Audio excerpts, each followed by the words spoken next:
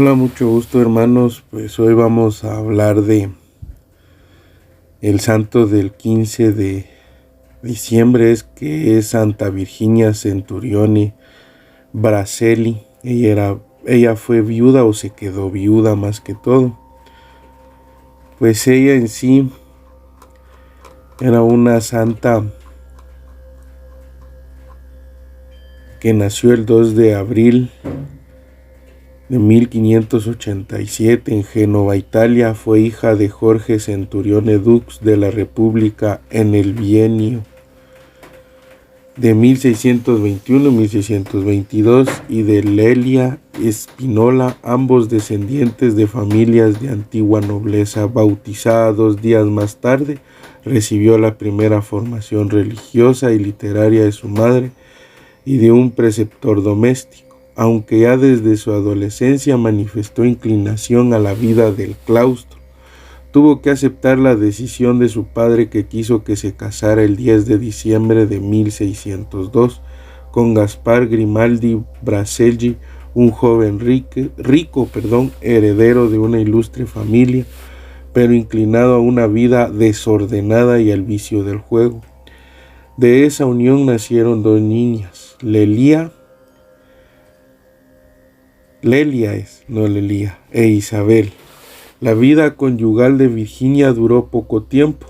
Gaspar Braceli, no obstante el matrimonio y la paternidad, no abandonó su estilo de vida disipada hasta el punto de poner en peligro su propia existencia. Virginia, con silenciosa paciencia, oración y amable atención, procuró convencer a su marido a emprender una conducta más morigerada. Desafortunadamente, Gaspar se enfermó, pero falleció cristianamente el 13 de junio de 1607 en Alessandria, asistido por su esposa, que se había trasladado ahí para curarle. Al quedarse viuda con solo 20 años, Virginia hizo voto de castidad perpetua, rechazando las ocasiones de contraer segundas nupcias, tal como se lo propuso su padre, y vivió retirada en casa de su suegra, aplicándose a la educación y a la administración de los bienes de sus hijas y dedicándose a la oración y a la beneficencia. En 1610 sintió más claramente la vocación especial a servir a Dios en sus pobres, aunque estaba severamente controlada por su padre y sin descuidar nunca el cuidado de su familia. Comenzó a trabajar en favor de los necesitados, los atendía directamente distribuyendo la limosna, la mitad de sus propias rentas o por medio de las instituciones benéficas de aquel tiempo. La guerra entre la República de Génova y el duque de Saboya, apoyado por Francia, sembrando el desempleo y el hambre, indujo a Virginia en el invierno de 1624 a 1625 a acoger en casa primero a unos 15 jóvenes abandonadas y luego, al aumentar el número de los prófugos en la ciudad, a todos los pobres que pudo, especialmente mujeres, proveyendo en todas a sus necesidades. Tras el fallecimiento de su suegra en el mes de agosto de 1625, no solo comenzó a acoger a las jóvenes que llegaban espontáneamente, sino que ella misma andaba por la ciudad, sobre todo por los barrios de peor fama, en busca de las más necesitadas y que se hallaban en peligro de corrupción.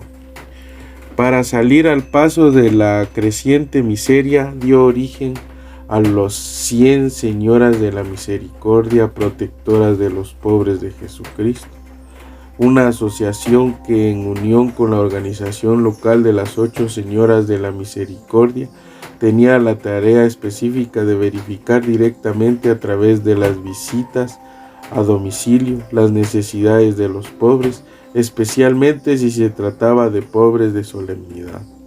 Al intensificar la iniciativa de la acogida de las jóvenes, sobre todo durante el tiempo de la peste y de la crestía de 1629-1630, Virginia se vio obligada a tomar en arriendo el convento vacío de Monte Calvario, a donde se trasladó el 14 de abril de 1631 con sus acogidas, a la que puso bajo la protección de Nuestra Señora del Refugio. 3 años después, la obra contaba ya con 3 casas en las que residían casi 300 acogidas. Por esto, Virginia consideró oportuno pedir el reconocimiento oficial al Senado de la República, que le concedió el 13 de diciembre de 1635. El espíritu que animaba la institución fundada por Virginia Bracelli estaba ampliamente presente en la regla redactada en los años 1644 a 1650. En ella se establece que todas las casas constituyen la única obra de Nuestra Señora de Refugio, bajo la dirección y administración de los protectores laicos nobles designados por el Senado de la República. Se reafirma la división entre las hijas con hábito e hijas sin hábito, pero todo debe vivir, aunque no tengan votos, como las monjas más observantes, en obediencia y pobreza, trabajando y orando. Además, deben estar dispuestas a ir a prestar servicio en los hospitales públicos, como si estuvieran obligados por medio de un voto. Con el tiempo, la obra se desarrollará en 2 congregaciones religiosas: las Hermanas de Nuestra Señora del Refugio de Monte Calvario y las Hijas de Nuestra Señora en el Monte Calvario.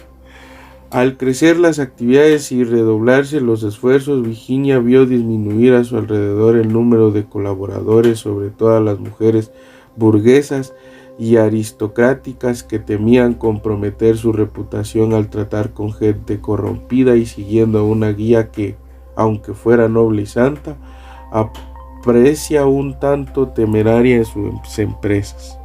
Abandonada por las auxiliares, desautorizada de hecho por los protectores en el gobierno de su obra, y ocupando el último lugar entre las hermanas en la casa de Carignano, mientras que su salud física se debilitaba rápidamente, Virginia parecía que encontraba nueva fuerza en la soledad moral. El 25 de marzo de 1637 consiguió que la República tomara a la Virgen María como protectora. Suplicó con insistencia ante el arzobispo de la ciudad la institución de las 40 horas, que comenzaron en Génova hacia finales de 1642, y la predicación de las misiones populares en 1643.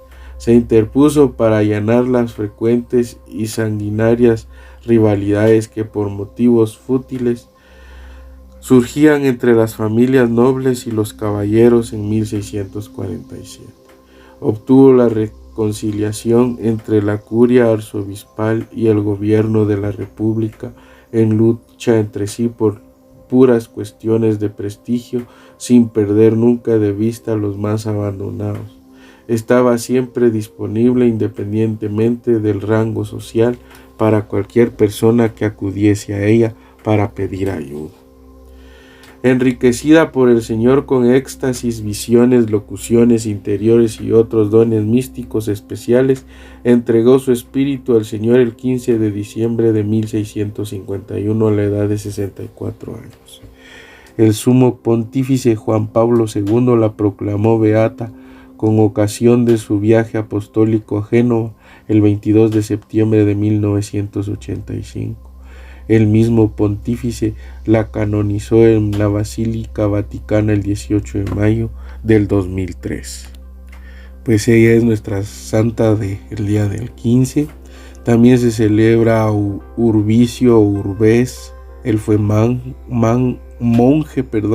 María de la Rosa, virgen y fundadora, Maximino abad, Carlos Esteve, sacerdote y fundador, María Yula Ivanisevich y compañeras beatas, vírgenes mártires, y Janos Brenner, sacerdote y mártir. Un gusto y que Dios los bendiga, hermanos.